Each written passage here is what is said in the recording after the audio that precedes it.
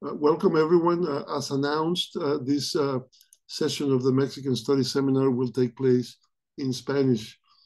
Bienvenidos todos a esta sesión del Seminario de Estudios Mexicanos del Centro Katz de la Universidad de Chicago. Mi nombre es Emilio Puri, soy su director y hoy nos acompaña para esta más reciente sesión de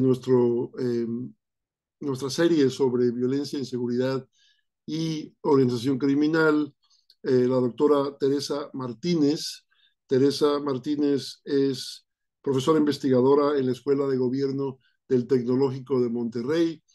Tiene un doctorado en ciencia política de París, de Sciences Po, y se dedica a investigar sistemas de protección empresarial, prácticas privadas de policía, configuraciones de violencia y recientemente ha incursionado en una serie de temas muy importantes, subanalizados y relevantes que tienen que ver con la participación de las mujeres en configuraciones diversas de violencia, no solo como víctimas, sino también como participantes en diferentes formas. El tema de hoy y de su charla se titula Protección criminal en el sector empresarial y aborda una serie de aspectos poco conocidos y cada vez más importantes sobre la situación social que representa en México la proliferación del crimen organizado. Nos da mucho gusto tener a la doctora Martínez hoy como nuestra presentadora. Como ustedes saben, al concluir su presentación, tendremos ocasión para una sesión de preguntas y respuestas. Sin más, pues, le damos la bienvenida al Centro Katz a la doctora Teresa Martínez. Bienvenida. Muchísimas gracias, Emilio. Buenas tardes a todas, a todos, a todes. Agradezco mucho al Centro Katz la invitación, la oportunidad de charlar con ustedes y de compartir parte de mi investigación. Desde luego, en particular a Emilio, que además le pareció que esta investigación podría entrar muy bien con la dinámica, digamos, del seminario. Efectivamente, les voy a compartir esta parte de la presentación. La vamos a hacer en español porque también así creo que puedo utilizar más los matices que quiero transmitirles, pero siéntense en toda libertad de hacer preguntas o intervenir más tarde en inglés también. Voy a permitirme compartir una presentación solamente para guiar un poco la discusión y bueno, espero que no sea de hecho demasiado pesada, ¿no? Traté de hacerla muy esquemática. Efectivamente, de lo que voy a hablar es de la protección criminal en el sector empresarial y para poder hablar de la protección criminal vamos a tener que regresarnos, digamos, conceptualmente y teóricamente a más elementos que exclusivamente aterrizar en protección criminal. Cuando hablamos de protección criminal, en pocas palabras estamos hablando de extorsión y cobro de piso, pero llegar tan de pronto a la temática pues nos permite, no, más bien nos impide ver los matices son los que quiero transmitirles enseguida. De lo que vamos a hablar, en todo caso, es de la demanda por protección que hacen los empresarios y cómo éstas suelen desfondar al Estado. Bien, básicamente lo que voy a presentarles ahora es parte de un proyecto de libro en el que estoy trabajando que viene de mi tesis doctoral, que como ya decía Emilio, la hice en Sciences Po en París, y entonces eso significa que tiene una perspectiva de sociología política, digamos, ¿no? Esto es importante que lo sepan porque también eso les va a permitir entender por qué entro como entro al tema que vamos a discutir. Mi preocupación principal cuando empecé a hacer esta investigación, pues tenía que ver con toda esta corriente que ahora, por fortuna, se está haciendo cada vez más importante de estudios que tratan de responderse sobre los efectos que la violencia criminal tiene tanto en la vida cotidiana de las personas como en el orden social, ¿no? Sin embargo, pues muy pronto llegué al punto de qué personas estamos hablando, ¿no? De qué ciudadanos estamos hablando y un poco también en eso ya después apareció el texto de Desmond Arias sobre actores cívicos, entonces también eso fue importante para ir, digamos, afinando un poco de qué actores estamos hablando, porque no es lo mismo un tipo de actor que otro, y entonces me quiero enfocar en particular sobre los empresarios. Cuando hablo de los empresarios, ¿de quién estoy hablando en particular? Estamos hablando de lo que la literatura llamaría los locales notables, digamos, ¿no? es decir, de una élite en particular que no solamente tiene poder porque tiene acumulación económica, poder económico, sino también porque tiene otras formas de capitales. Ya eso es muy Bourdieu, pero básicamente diríamos que son gente que tiene capitales, particularmente capital social, capital económico, capital cultural, pero es capaz de acumularlo y de transformar un capital en otro. Es decir, su capital económico se puede convertir en capital social y viceversa, ¿no? Pero también es muy interesante que aquí como tenemos a estos actores que fácilmente podríamos ubicar como actores de poder, también tenemos víctimas. El sector empresarial es víctima particular de delitos como la extorsión, el cobro de piso o el secuestro, por ejemplo, ¿no? Son delitos que han sido asociados directamente con este gremio o que por lo menos el gremio mismo asume que son delitos que suelen dirigirse en contra de ellos. Así que para mí aquí el paradigma que me resultaba interesante de ir a revisitar era esta idea del empresario poderoso, ¿no? O sea, lo que yo veía como una provocación es cómo pensamos en el empresario poderoso, pero que al mismo tiempo es víctima. Así que refinando mi pregunta, básicamente en donde quiero enfocarme tiene que ver con cómo en contextos violentos y criminales, y México de eso nos da suficiente cuenta, eh, en esos contextos, ¿qué mecanismos de protección van a implementar los empresarios y qué implicaciones tiene esto para tanto para el policiamiento, para la estructura del policing, como para el orden social? Varios puntos aquí que ir aclarando. Uno muy rápido que tiene que ver con mi propia perspectiva y convicción de que hay que ver las cosas desde el feminismo interseccional. Les llamará la atención porque utilizo siempre el término empresarios en masculino. Bueno, en buena medida, pues porque estamos hablando de un medio altamente masculinizado, ¿no? Entonces no es como que no seas sensible al uso del lenguaje inclusivo, más bien porque sí quiero enfatizar que estamos hablando sobre todo de un mundo masculinizado. ¿Por qué protección? Si mi preocupación en particular era el delito y cómo reciben y cómo funcionan, digamos, estos delitos y qué afectaciones tienen sobre las personas, cómo termino en protección. Bueno, básicamente para mí lo importante es mencionar que cualquiera que pertenezca a una cadena de valor, es decir, cualquiera que genere algún tipo de renta, desde un asalariado hasta un alto potentado, que tiene algún tipo de valor, requiere de protección porque está expuesto, digamos, a otros actores predatorios que quieren hacerse, digamos, de esa renta, ¿no? Y eso es como muy fácil de entender. Normalmente en un Estado moderno, digamos, en la construcción del Estado moderno, eso trajo consigo la idea de que el gran proveedor de esa protección era el Estado, ¿no? Seguramente muchos de ustedes recordarán el texto clásico de Charles Tilly, donde nos habla del Estado como una forma de crimen organizado, porque ofrece una protección, solo que ofrece una protección que alivia, no una que inquieta, ¿no? Bueno, pues en todo caso el Estado lo que hace es decir, un Estado en su forma ideal lo que diría es la protección esa que necesitan aquellos que tienen algún tipo de renta o de propiedad, la va a proveer el Estado. Y en ese sentido me parecía importante ver estos mecanismos de protección de qué pasa cuando el Estado no está proveyendo de esa manera este bien público y entonces es cuando se complicaba la vida de los empresarios. Por eso caigo en protección. Trabajé particularmente con el caso de Guadalajara y después he ido complementando con los casos de Tijuana y Monterrey, ¿no? Tengo por ahí también algunas cosas sobre el caso de Chihuahua, aunque lo tengo menos desarrollado, pero lo que ustedes van a ver ahora proviene sobre todo de Guadalajara, Tijuana y Monterrey, casi que en ese orden. El libro se divide en tres partes, desde hablar de las víctimas, las que llamo víctimas VIP, digamos, quiénes son los empresarios en tanto que víctimas con sus capitales y sus vulnerabilidades. La segunda parte, que es el mercado de protección o el sálvese quien pueda, y la tercera es la coproducción de protección, cómo los empresarios terminan coproduciendo protección. En esta charla me voy a concentrar en la segunda parte, ¿no? Que es la que tiene que ver con las formas de protección que se implementan, cómo estas desfondan al Estado y básicamente cómo caemos en la protección criminal y extorsiva. Una palabra de teoría solamente para que más o menos sigan por dónde van el abordaje teórico y conceptual.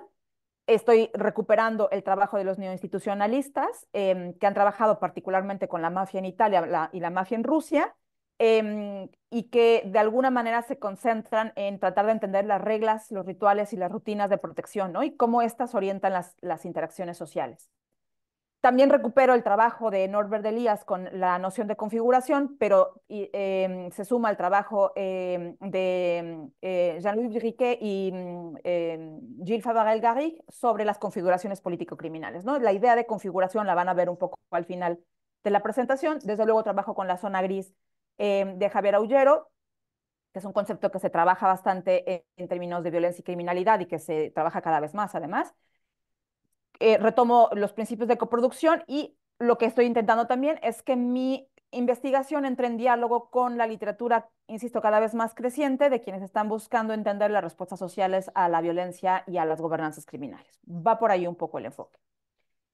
Digamos, en términos teóricos, lo que me gustaría que quedara más claro para esta charla tiene que ver con cómo entendemos el mercado de protección y dónde están los actores que pueden proveer protección, ¿no? Si ya quedó claro que todas las personas que generan algún tipo de renta o participan de una cadena de valor requieren de protección, ahora la idea es pensar quiénes son aquellos que pueden darnos protección.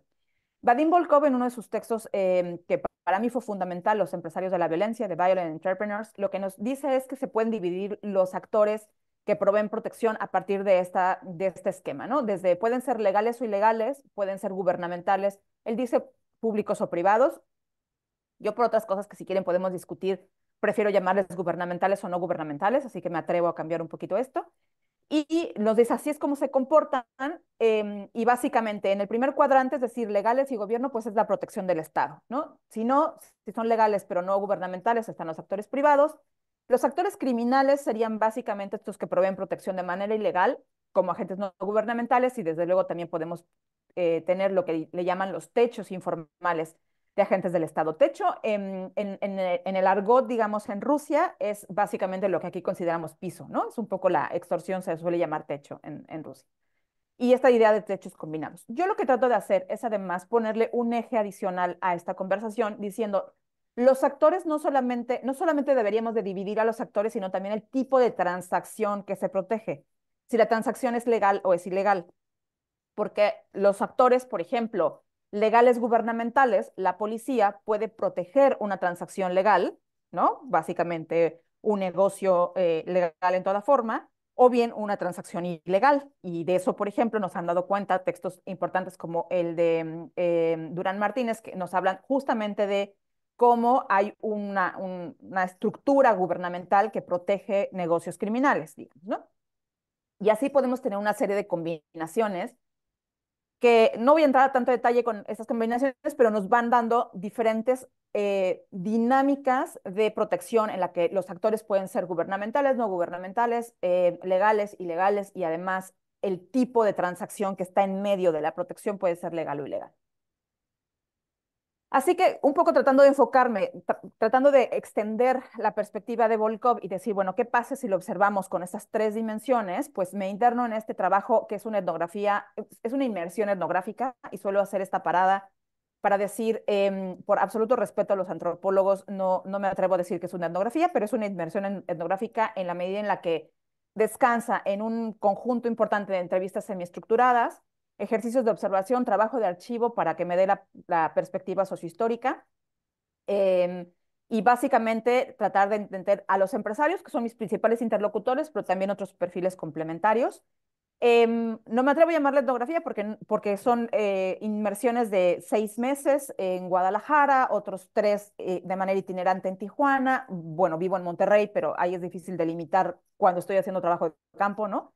En todo caso, tengo 4 años en Monterrey, pero no puedo hablar de 4 años de trabajo de campo, sino de manera más bien itinerante. En ese sentido, perdón, intermitente. En ese sentido, es un trabajo cualitativo, fuertemente cualitativo, que fue analizado de manera muy sistemática y con un trabajo de anonimización a cuatro niveles, que si quieren después podemos detallar. Perdónenme ustedes, no sé por qué se salió esta cosa. Bien, ya casi entramos a la parte menos ñoña de todo y podemos ir como eh, quitando un poco los elementos metodológicos, pero era importante hacer esa parada. Mi argumento principal, lo que quiero presentarles y poner a su consideración, es algo que estoy llamando el sálvese quien pueda, ¿no? Lo que quiero mostrarles es que ante amenazas reales o percibidas del sector empresarial, estos van a demandar formas de protección que, aunque son comprensibles, porque nadie podría juzgarlos así de manera genérica, ¿no? Sin comprender la situación por la que pasan, de manera comprensible van a terminar desfondando al Estado, ¿no? Al Estado como proveedor del bien público que es la protección, ¿no? O la seguridad. Además, quiero mostrarles que la protección criminal tiene el potencial de convertirse en la oferta más poderosa de protección entre quienes compiten en el mercado. Así que, como podrán ver, ya nos estamos asimilando, nos estamos acercando a la idea de que la protección, sobre todo, se construye en un mercado. Una palabra más antes de entrar a las formas de protección que implementan los empresarios de acuerdo con mi investigación. Y tiene que ver con la parada del protector regular, el Estado y cómo está el Estado para ser capaz o no de proveer protección. Muchísimo se ha dicho sobre la corrupción de las instituciones policiales y las instituciones de seguridad y justicia. Muchísimo se ha dicho sobre la cooptación, la colusión, incluso de pactos, de gobernanzas criminales. Es decir, hay una literatura muy vasta, cada vez más grande, una serie de conceptos que se modifican, nomenclaturas distintas para describir cosas relativamente semejantes. En fin, de hecho, de eso se ha dicho muchísimo y no tengo mucho más que agregar. Sin embargo, me parece importante darle la vuelta pensando que además de efectivamente capturas del Estado, si el narcotráfico en algún momento se hizo del poder público o no, si al revés fueron los gobernadores los que dieron un gran negocio y fomentaron el narcotráfico, etcétera. Y que, insisto, de eso hay muchísima literatura, sobre todo trabajos históricos fantásticos. A mí lo que me interesaba era tratar de entender cómo lo que tenemos en la construcción institucional pasa además por una transformación institucional no necesariamente vinculada al narcotráfico. El esquema que les estoy poniendo aquí tiene que ver con cómo mapeé la transformación de las agencias de seguridad en el caso de Jalisco para tratar de entender el caso de Guadalajara. Dos cosas quiero que noten acá, que después, bueno, podemos entrar a tanto detalle como quieran. Digamos, la transición democrática ocurre en 1995 con la llegada de Alberto Cárdenas, primer gobernador del PAN, a Jalisco, ¿no? Es el primer gobernador que no sale de las filas del PRI. Así que ahí podríamos estar hablando de una transición democrática, por lo menos en términos electorales, pero recuerden que esto ya está en el contexto del neopanismo y de básicamente una construcción de transiciones democráticas que vienen desde lo local, ¿no? Ya estaban pasando cosas, pero sí en Baja California y en Guanajuato y en Nuevo León. Por eso un poco lo planteo en términos de sí podemos partir esa fecha como una fecha de transición. Antes, no sé si se ve aquí que señalo, creo que sí.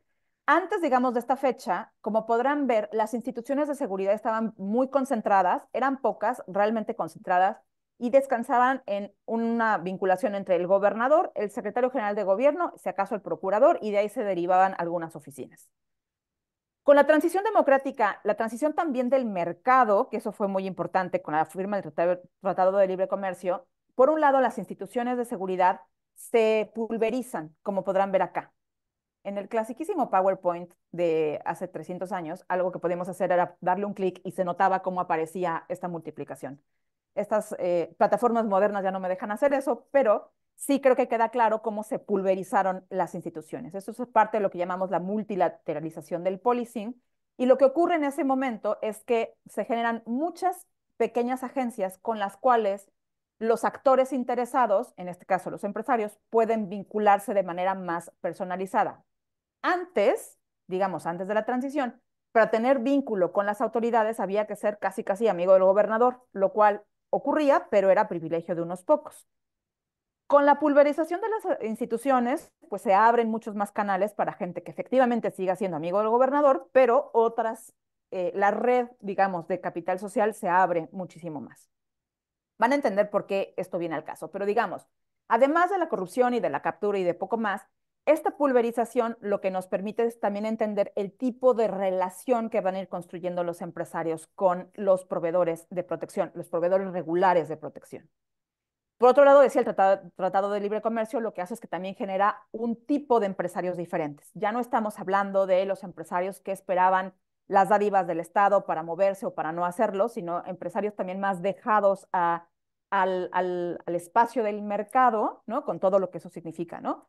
Hay cualquier cantidad de historias de estos empresarios de decir, yo quebré en el 94 y me tuve que volver, renacer de entre las cenizas, ¿no? Pero también se forma una cultura de hacer empresa distinta. Y aquí los tenemos muchísimo más proactivos. Dicho esto, sí que podemos entrar a las formas de protección que encontré en mi investigación. Insisto, esto está basado sobre todo en Guadalajara, Tijuana y Monterrey, pero particularmente pues Guadalajara y Tijuana son los que más me dan información sobre esto. He organizado los tipos de protección en función de algunas de las características, los he tipologizado yo misma. Y la primera protección que encuentro es la protección selectiva. ¿Qué es esta protección selectiva? Es una protección que sí brinda el Estado, pero para unos cuantos. Y esa es una protección que descansa en el capital social, es decir, quien tiene ciertas redes. Y ahí notan cómo empieza a tener sentido el esquema anterior. Antes las redes tenían que ser, pues básicamente con los niveles más altos del gobierno, ahora las redes se extienden. Y entonces aquel que tenga el WhatsApp del jefe de la policía tiene una capacidad de generarse protección para sí misma que no tienen los demás. Y tenemos relatos, por ejemplo, en Tijuana, de gente que dice, bueno, pues invitamos al de la Guardia Nacional a que venga con nosotros a la carne asada y entonces tenemos el número directo del jefe de no sé qué corporación y entonces él nos ayuda. Normalmente se frasea como una cosa de favores, de servicios, y seguramente para los que conocen muy bien el argot, no solamente el contexto mexicano, sino el argot, habrán escuchado más de una vez cosas como me brinda la cortesía, ¿no? Es decir, yo le escribo al de la Guardia Nacional y me brinda la cortesía, ¿no?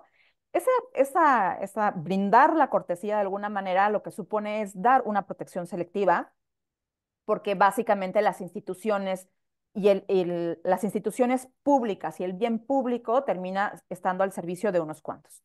Esto nos abre además la posibilidad, que también estamos documentando, de cómo para ciertos grupos estos empleados de gobierno se convierten en sus propios empleados, ¿no? Y entonces, bueno, pues ya que te encargué una cosa, oye, también te encargo que fíjate que hay unos migrantes aquí raros en la zona, entonces ven por ellos, tráete la patrulla y entonces vayamos a esta zona porque vi unos señores raros. Lo que quiero que noten, digamos, es que de alguna forma ya no se piensa en una estructura de protección general, ni siquiera de la definición de la amenaza compartida, sino que también aquí puede entrar una definición de la amenaza tremendamente selectiva, ¿no? Si yo soy la que tiene el poder de hablarle al de la Guardia Nacional, también yo puedo definir qué es lo que me parece amenazante, ¿no? Y ahí vamos a entrar fuertemente a la noción de otredad y de lo que nos supone una amenaza, que puede ser alguien que se sabe que está en el crimen organizado o alguien que me parezca terriblemente ajeno a mi barrio por cuestiones raciales o por lo que sea, y entonces habida cuenta de que esto, que lo veo como una amenaza, pues entonces realmente muy rápidamente puedo hacer uso de esta protección selectiva.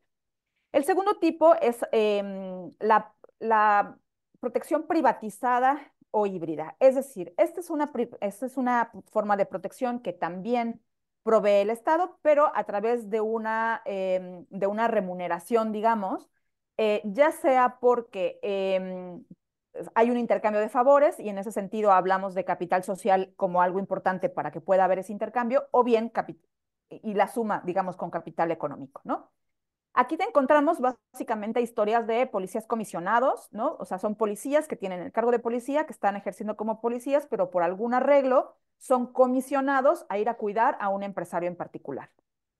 Para otra vez los que conocen bien del caso mexicano, entenderán que en la burocracia, digamos, se acostumbra al oficio de comisión para que un burócrata que está encargado de una cosa, en realidad, de facto, haga otra cosa. Esto puede favorecer, digamos, decisiones de aquí a que te cambian de plaza y te vas al nuevo equipo, etcétera. Pero en este caso en particular es para que un policía que tiene cierta demarcación a su cargo, bueno, pues pueda dirigir su atención por un oficio de comisión a un grupo de empresarios o a un empresario en particular. O bien también tenemos la creación de cuerpos policiales a medida. En esto tengo en mente particularmente lo que fue la creación y existencia de las policías auxiliares, policías híbridas que dependían del Estado, que están en la estructura del Estado, que son, digamos, administradas desde el Estado, pero que los particulares pagan sus servicios de manera privada, ¿no? Esas son las policías que se crearon para cuidar desde cotos o espacios de vecindarios de lujo, empresas, de aquí surge la policía industrial y la policía de valores. O sea, lo que quiero que noten es que es el esfuerzo del Estado para generar protección, pero protección a medida. Básicamente nuestro problema aquí con la privatizada o híbrida es que tenemos las instituciones públicas al servicio de quien pueda pagar por ellas. En ambos casos vamos a ver, ahorita que hablemos de lleno de protección criminal, cómo los agentes del Estado van a tener más incentivos de proveer la protección de manera privada que como bien público, ¿no? Va a quedar muchísimo más claro. Si me pueden pagar por este servicio, ¿por qué lo voy a hacer en términos de bien público con mi salario precarizado, ¿no? La otra es la protección privada, que de eso también se han documentado algunas cosas, como seguramente todas y todos saben, en los años 90 tuvimos un boom en América Latina entera de firmas y empresas de protección privada. Aquí lo que cabe decir es que efectivamente está vinculada al capital económico y al poder adquisitivo de manera muy clara, pero también hay que decir que en México al menos es una industria semirregulada, es decir, hay algunas cosas que están ordenadas, clasificadas con una cierta regulación y hay otras que no. Hay una distancia entre las regulaciones locales y la regulación federal, lo cual hace que en ciertos estados sea más desastroso que en otros la calidad de quienes proveen este servicio. También supone la multiplicación de actores violentos, porque lo que vamos a ver también es algunos ex policías, por ejemplo, que después eh, se van a hacer guardias de seguridad privada. Y ahí donde tengamos guarura, guardaespaldas o como le quieran llamar, detrás, por ejemplo, de un empresario, y si este está armado, por ejemplo, pues tenemos más actores violentos en la calle, ¿no? Más actores con capacidad y saber hacer violento. De hecho, este es el concepto claro de Vadim Volkov de los empresarios de la violencia. El empresario de la violencia es aquel que puede ofrecerle al mercado de protección un saber hacer violento. Sabe cómo ejercer violencia y por eso está en condiciones de ofrecer protección. Esta es también la puerta a la coproducción y al policing punitivo. ¿Qué quiero decir con esto? A partir de la construcción, de la contratación, por ejemplo, de escoltas o de pensar que deberíamos de crear un grupo que nos proteja, y eso pasa bastante con los grupos empresariales, ¿no? Organicémonos un grupo que nos proteja a nosotros porque nos están atacando con extorsiones o cobros de piso, etcétera, o bien con secuestros, pues básicamente, puestos a la tarea de crear una empresa de seguridad privada, lo siguiente que crean es un vínculo con el Estado para empezar a generar instituciones gubernamentales, burocracias, oficinas, que generen esta protección ya no, digamos, a costo del pequeño grupo de empresarios que lo está organizando, sino de manera más grande, no para cualquier ciudadano, sino para el gremio. Lo que ocurre en este caso, entonces, es que se empieza a hacer coproducción de seguridad. Y entonces el grupo de empresarios empieza a participar en el cómo protegemos, a quién protegemos y de qué lo protegemos. Se empiezan a hacer política pública de seguridad en sí misma. Eso puede sonar muy bien porque son efectivamente muy listos, muy inteligentes, además tienen mucha capacidad de ser eficientes, etcétera, pero también puede resultar muy mal porque también pueden ser particularmente punitivos, pueden estar por la labor de generar, por ejemplo, mecanismos de policing eh, más extremos, ¿no? Pensar que cárcel es igual a justicia y entonces después empezamos a tener este tipo de problemas eh, en la forma en la que construimos la política pública de seguridad. Ahora bien, cuando hablamos de protección criminal, que insisto, estábamos hablando de la protección que inquieta, estamos hablando de esa que ofrecen actores no gubernamentales de manera ilegal. Y esa es una protección que se ejerce sobre actividades legales e ilegales, sobre transacciones legales e ilegales, ¿no?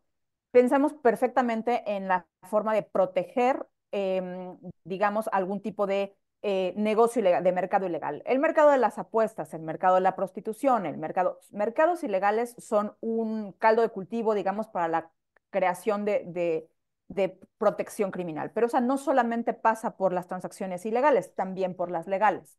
Y eso es un poco lo que ahora sabemos que es cuando llegan con un negocio al señor que tiene una tiendita, una tortillería o una agencia de autos y le tocan la puerta y le piden dinero. Hay que destripar un poquito este concepto de extorsión para que quede más claro.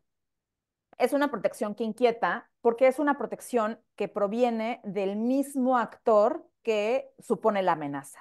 A diferencia de otras formas de protección, la protección criminal y sobre todo la protección a la que le llamamos extorsión, la protección extorsiva, es en la que la misma persona que encarna la protección encarna la amenaza, ¿no? Yo te protejo de mí, del peligro que yo supongo. Y además vamos a hacer una distinción entre la extorsión y el cobro de piso. Esa es una distinción también que hace Vadim Volkov.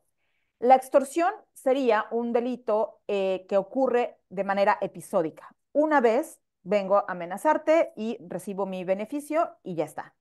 El cobro de piso, en cambio, es una relación en el largo plazo. Establecemos una relación en el largo plazo, lo cual supone que yo voy a venir cada 15 días, cada semana, cada mes, por un lindo sobrecito donde me vas a dar el pago por protegerte. Como verán, aunque estamos hablando del mismo origen, la protección que inquieta, también estamos hablando de dos mecanismos diferentes que también supondrían una participación diferente del Estado, un involucramiento de las víctimas diferente y hasta una medición, si me lo permiten, una forma distinta de dimensionar qué está pasando. Cuando en las encuestas de victimización preguntamos si alguien ha sido víctima de extorsión, pues es altamente probable que poca gente nos conteste. O bien que si nos contestan, nos contesten extorsión, es decir, me hablaron por teléfono, me dijeron que mi hermana estaba amenazada y entonces tuve que depositar. Esa es probable que sí la podamos registrar. El cobro de piso es mucho más difícil porque tendríamos que decirle a una persona que nos cuente y que nos comparta que tiene una relación de largo plazo con un criminal al que ve cada mes o cada semana para darle el dinero pactado, ¿no? Así que se vuelve también más complejo. Esta es una protección involuntaria, a diferencia de las que vimos antes, donde un poco los empresarios más o menos organizados, con más o menos capitales, tanto económicos como sociales, pueden incidir en qué tipo de protección quieren, si quieren ser amigos de Guardia Nacional o prefieren pagar por una escolta privada, ¿no? Tienen un poco de margen de maniobra. En la protección criminal es sobre todo involuntaria, forzada, y por eso esta es una protección que descansa como ninguna otra en la reputación y en la capacidad violenta de quienes la proveen. Es mejor proveedor criminal el que es más violento. Y cuando digo es mejor, es absolutamente entre comillas, porque quiero decir es más poderoso como actor, como protector, el que puede ejercer más violencia, o al menos el que tiene la reputación violenta más alta, porque también es el que se vuelve más creíble.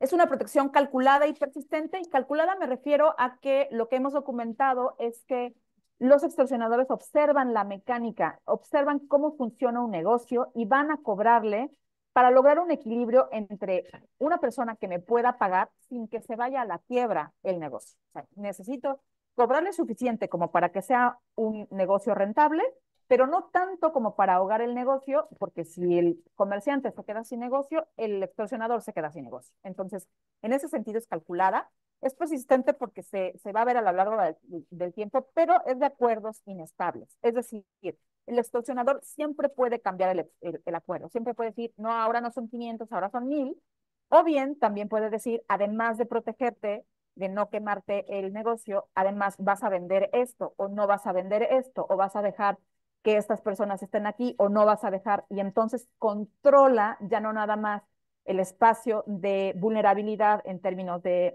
la protección, sino también lo que pasa en el negocio en sí mismo y en el barrio y ¿no? en la cuadra y en el barrio y poco más. Sobre todo se va a expandir en lo que llamamos estados, digamos, intermitentes, no estados que están pero no están. No estamos hablando de estados ausentes en estos casos, no estamos hablando de presencia clarísima de diferentes formas del Estado, incluida los encargados del orden, policías e incluso ejército y Guardia Nacional, pero más bien a veces están y a veces no.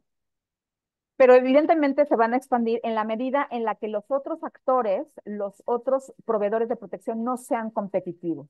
¿Qué quiero decir con esto? Déjenme ponerles un ejemplo. Alguien en Tijuana nos dice, a mí me iban a extorsionar, entonces yo fui con un vecino que también tiene un negocio y que también lo iban a extorsionar y le dije, oye, ¿qué hago?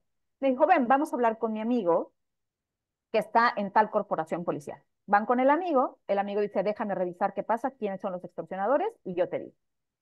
Vuelve con él y le dice, ¿sabes qué? Ya vi quiénes son y ya les dije que contigo no se metan, que tú eres asunto mío. Entonces ya nadie te va a extorsionar.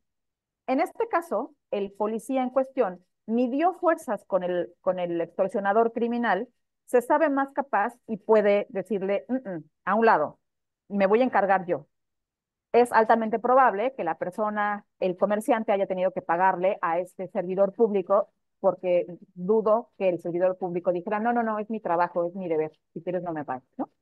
En ese caso, lo que hizo este comerciante fue optar entre dos protectores privados, uno más criminal que el otro, y entonces, pues básicamente ganó en este caso el agente estatal. Pero tenemos otro caso, por ejemplo, en el que una empresaria va con su amigo abogado, le dice, me están extorsionando, el amigo le dice, déjame ver quiénes son, y como verán, aquí hay un patrón, la gente ve primero quién es quién, ¿no? En este mercado. Regresa con ella y le dice, mira, ya lo investigué y sí son pesados, así que pagan, ¿no? Noten cómo en lo que estamos viendo es un mercado de protección en el que se van calculando las fuerzas de unos y otros, y entonces a medida que los actores criminales, totalmente criminales, sean más pesados, pues son los que van a llevar mano en el pago. Además, se puede expandir en otras formas involuntarias o voluntarias de protección. Entonces, por ejemplo, nadie te va a saltar porque ya que pagas piso, pues te voy a proteger de mí y de todos mis compañeros, ¿no? Criminales. Pero también pueden ser otras que se vuelven más voluntarias. Y esto se empieza a poner como mucho más grave cuando pensamos que a veces hay algunos casos en que empresarios dicen, bueno, mira, ya que me estoy pagando piso, problemitas, ayúdame. Por ejemplo, un proveedor que no me quiere pagar una deuda, encárgate de levantarlo porque necesito que me pague la deuda.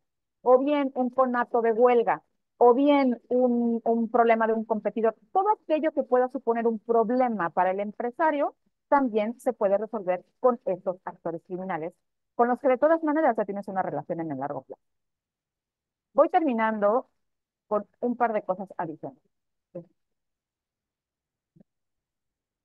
¿Sí? Hay además en la noción de zona gris, y por eso regreso a esta esquemita que les decía, porque las fronteras son porosas. Aquí no se alcanza a ver, pero las líneas son punteadas y esa transparencia, digamos, entre los planos, tiene el objetivo de demostrar que las líneas, que las fronteras entre unos actores y otros son porosas, ¿no? Digamos, en ese sentido me refiero a tal como lo utilizan Rogers y Maya Colombo, la habilidad de los proveedores de protección. Es decir, el policía puede volver extorsionador criminal, el extorsionador criminal puede hacerla al rato de agente del Estado, o bien agentes del Estado que terminan siendo de seguridad privada, que a su vez por la tarde son extorsionadores. Es decir, aquí hay una fluidez entre los actores. Eh, Quedará entonces más claro cómo para un proveedor de protección que pertenece al Estado le resulta muchísimo mejor negocio dar este bien como privado, lo cual va a generar que de alguna forma busquen hacerlo así y eso va desfonando al Estado. Eh, Hay esta circulación también de saberes y de poderes violentos entre los que están dentro de este mercado. Y últimamente el empresario lo único que le queda es elegir a su verdugo, y elegir lo pongo entre comillas porque ya vieron las condiciones, ¿no? Y ya sea que formen un grupo mucho más violento, mucho más fuerte, mucho más grande que las proteja, ¿no? Que sea, por ejemplo, un grupo privado, pero luego también esas cosas se descomponen en quién nos protege del protector. Finalmente, me gustaría cerrar con algunas cosas que resumen de alguna manera lo que acabo de decir. Para empezar, tenemos que considerar que la protección y la seguridad son coproducidas. Ni estamos ni estuvimos en un monopolio, digamos, de la protección por parte del Estado. Pero si van a ser coproducidas, pues últimamente tendríamos que también regular eso para que el conjunto de actores potencialmente violentos o violentos de facto no terminen, digamos, por generar una victimización permanente ni de los empresarios ni de nadie que tenga que ser protegido. La relación entre el Estado y el mercado de protección es mucho más compleja, como habrán visto, que solamente reemplazar a un actor, al público, por otro, privado o criminal. No es como la ausencia de uno aparece el otro. Y en ese sentido, me sumo a la literatura que ha establecido que la presencia del crimen organizado de ninguna manera es un juego de suma cero con la presencia del Estado. La violencia es un recurso que utilizan en el mercado de protección. Pueden o no ejercitar esa violencia, y por eso es como expandir la fotografía. Esto es un tema de dinámicas de protección donde la violencia puede ocurrir. Y además, la multiplicación de actores violentos, sobre todo cuando son no estatales, Si están regulados con criterios politizados, discrecionales, opacos, pues muy fácilmente van a terminar beneficiando a una élite en particular y cayendo en prácticas criminales. Esto se parece mucho al sálvese quien pueda. Esta es una foto de la época feudal, ¿no? Y básicamente era una época en la que cada señor feudal tenía su propio ejército para protegerse. Se supone que muchas veces este ejército era mucho más grande y más fuerte que el ejército de la corona, ¿no? Que los ejércitos del rey. Y algunos reyes tuvieron que sacrificar la corona porque los señores no lo apoyaron o le hicieron vacío, ¿no? Si regresamos a esto, pierde todo sentido la noción de Estado moderno, ¿no? La creación del Estado moderno también suponía acabar con esto, ¿no? Pero si cada quien busca su mecanismo particular de protección con lo que puede y con lo que tiene, pues nos acercamos muchísimo a este sálvese quien pueda y entonces al desfundamiento del Estado. Yo me voy a detener aquí. Muchísimas gracias y estoy muy atenta a sus preguntas. Muchas gracias, Teresa, por esta excelente presentación. Pasamos entonces a una sesión de preguntas por el tiempo que nos queda. Como saben, si levantan la mano en la aplicación de Zoom, yo esto con gusto les voy dando la palabra. Esto, en lo que empiezan a llegar las preguntas, comienzo entonces yo eh, con dos preguntas. Una, pues da la impresión esto de que este mercado de protección criminal ha crecido enormemente en México en tiempos recientes, tanto en quizás esto, su complejidad como su distribución geográfica, etcétera.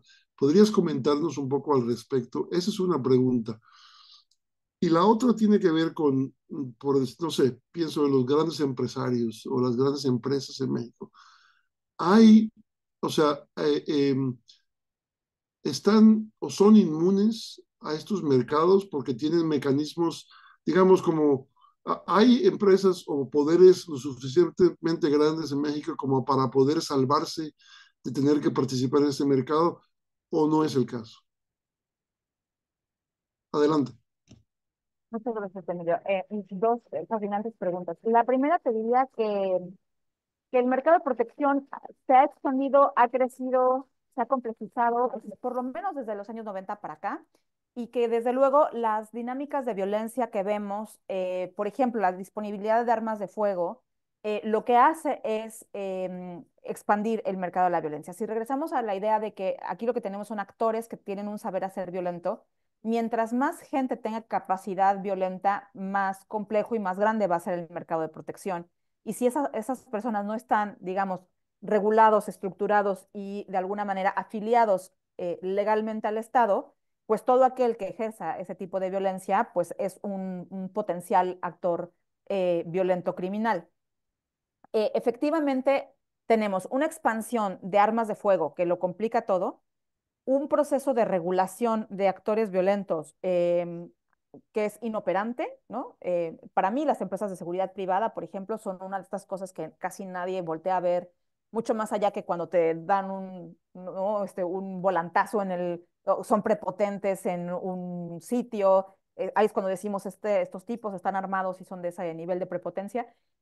Creo que en ese sentido es donde más se ha complejizado. Y desde luego hay zonas donde vemos el caso de los limoneros en Michoacán o los casos en Guerrero, es donde se siente más claramente que en el mercado de protección está ganando un grupo en particular. E insisto, es el grupo que típicamente tiene la mayor reputación y la capacidad violenta, ¿no?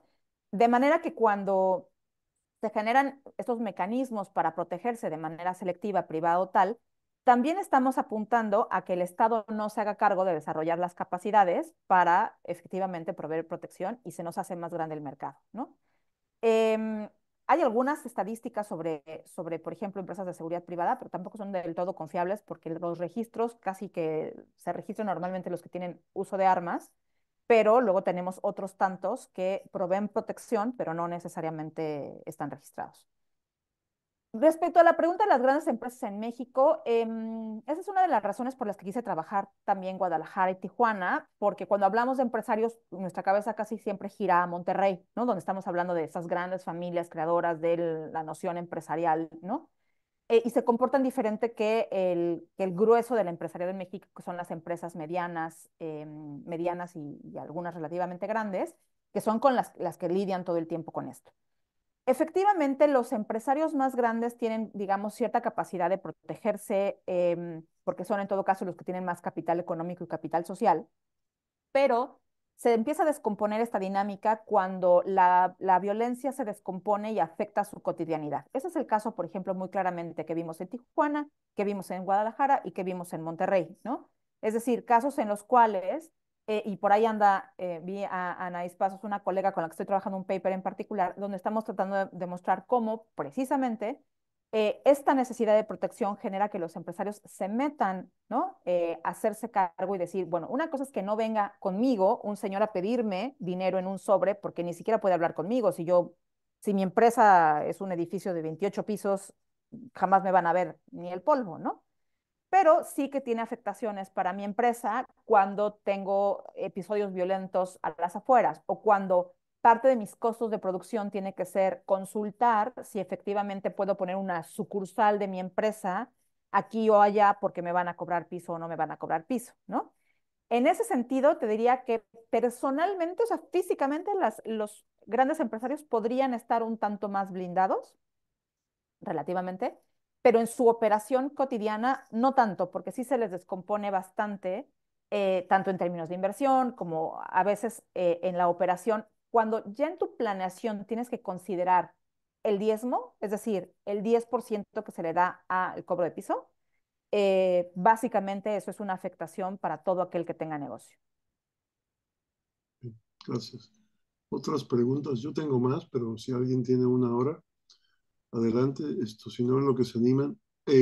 Se ha calculado de alguna manera el costo que representa esto, eh, la protección, digamos, en cuanto a la rentabilidad de las empresas de algún tipo, digamos, lo que representa el costo país, digamos, de tener que pagar ese tipo de cosas. Uno, y la otra es, escuchándote hablar y de las diferentes soluciones, ¿quién tiene incentivos eh, para verdaderamente impulsar que el Estado empiece a moverse en la dirección de este monopolio de la violencia que en teoría, ¿no? Esto se supone que lo defina. O sea, no al parecer eh, los agentes de seguridad, si les resulta más lucrativo cobrar el piso por otro lado, ¿no? O sea, si los empresarios tienen un sistema resuelto, digamos, cómo se resuelve o cómo se empieza a pensar en maneras de resolver esto cuando ya está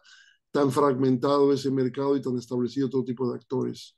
Claro, A pesar de que, como decía en la primera pregunta, asumo que el costo general de esto en la productividad, en las ganancias, tiene que ser bastante alto, ¿no?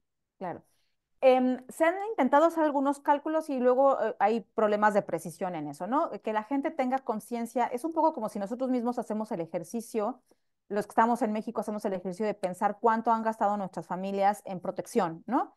Me gusta siempre verlo en términos, por ejemplo, de cuando yo regreso a casa de mis padres y voy viendo progresivamente cada vez hay otra cosa y otra cosa.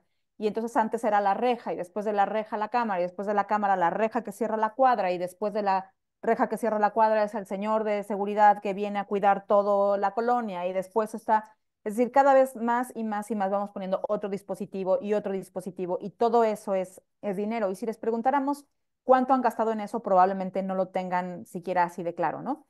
Me parece que los empresarios pueden tener una serie de cálculos específicos de algunos gastos, ¿no? De cuánto les cuesta, por ejemplo, la propia seguridad. En algunos casos los empresarios son más dados a generar seguridad para protegerse de, por ejemplo, robo hormiga o de sus propios empleados. Sus empresas de seguridad funcionan para eso. Y luego lo otro más bien es que siempre me decía alguien en Guadalajara, dueña de una empresa de seguridad privada, me decía, el empresario siempre viene y te dice, yo necesito gente armada, ¿no? Lo primero tienes que decirles, espera, ¿para qué quieres gente armada? A ver, déjame ver cuál es tu problema y yo te digo si necesitas gente armada. Eh, Hay algunos cálculos que pueden no ser muy precisos justamente porque no ponemos cuenta de eso. Lo que sí está claro es que para los empresarios, ponerse a hacer algo, por ejemplo, cooperar con su capital económico para resolver parte del problema, es leído como un tercer impuesto. Aquí pagamos dos impuestos, ¿no? El impuesto que le pagas al Estado que haga o no haga su trabajo, hay que pagarle, el impuesto que pagas por protegerte de manera privada, selectiva, etcétera, y el impuesto criminal, digamos, ¿no? El tercer impuesto es el impuesto criminal. Lo que necesitamos son soluciones o propuestas que no pasen por decir al empresario, con todo y eso, ahora paga otro poquito, ahora es para que podamos apostar por policías, quién sabe qué, ¿no? Eso quita todos los incentivos. Eh, Cuando hablamos de protección criminal en particular, hay algunos cálculos, pero algo que encontramos cuando hicimos trabajo de campo en Tijuana, en un proyecto que trabajé con México Evalúa, es que los montos son muy distintos, los montos de extorsión son muy distintos. Hay gente que te dice, a mí me cobran 500 pesos, y hay gente que te dice, a mí me cobran 1,500, y gente que te dice 10,000, porque depende un poco del tamaño y de las condiciones del negocio, ¿no? Así que la ENVIPE, por ejemplo, y la ENVE, que trabajan particularmente con unidades económicas, tienen parte de esos cálculos, pero tienen ese tipo de problemas. Los incentivos de solución realmente son pocos, y por eso decía al principio, no juzgar a los empresarios porque se protegen selectivamente. Muchas veces ni están conscientes de eso. Y si tienes la amenaza acá, no vas a decir, no, deténganme, esperen, tal vez quiero no desfondar al Estado, ¿no? Sin embargo, lo que sí hemos aprendido es que el incentivo ocurre cuando se dan cuenta que este mercado se vuelve tan dominante en el que ellos no tienen ningún margen de maniobra. Cuando lo de elegir al verdugo ya ni siquiera es realmente una opción, ya todo es verdugo, ¿no? Y esos son los momentos en los que ya no tienen ninguna certeza de que ahora pagar por protección, entre comillas, te da algún tipo de certeza. Bueno, pago, sé que no me van a rafaguear el negocio y no me van a quemar el negocio, ¿no? Esa certeza se puede perder muy fácilmente. Cuando se siente esta idea de que el agua está en el cuello, ahí es cuando empiezan claramente a actuar, ¿no?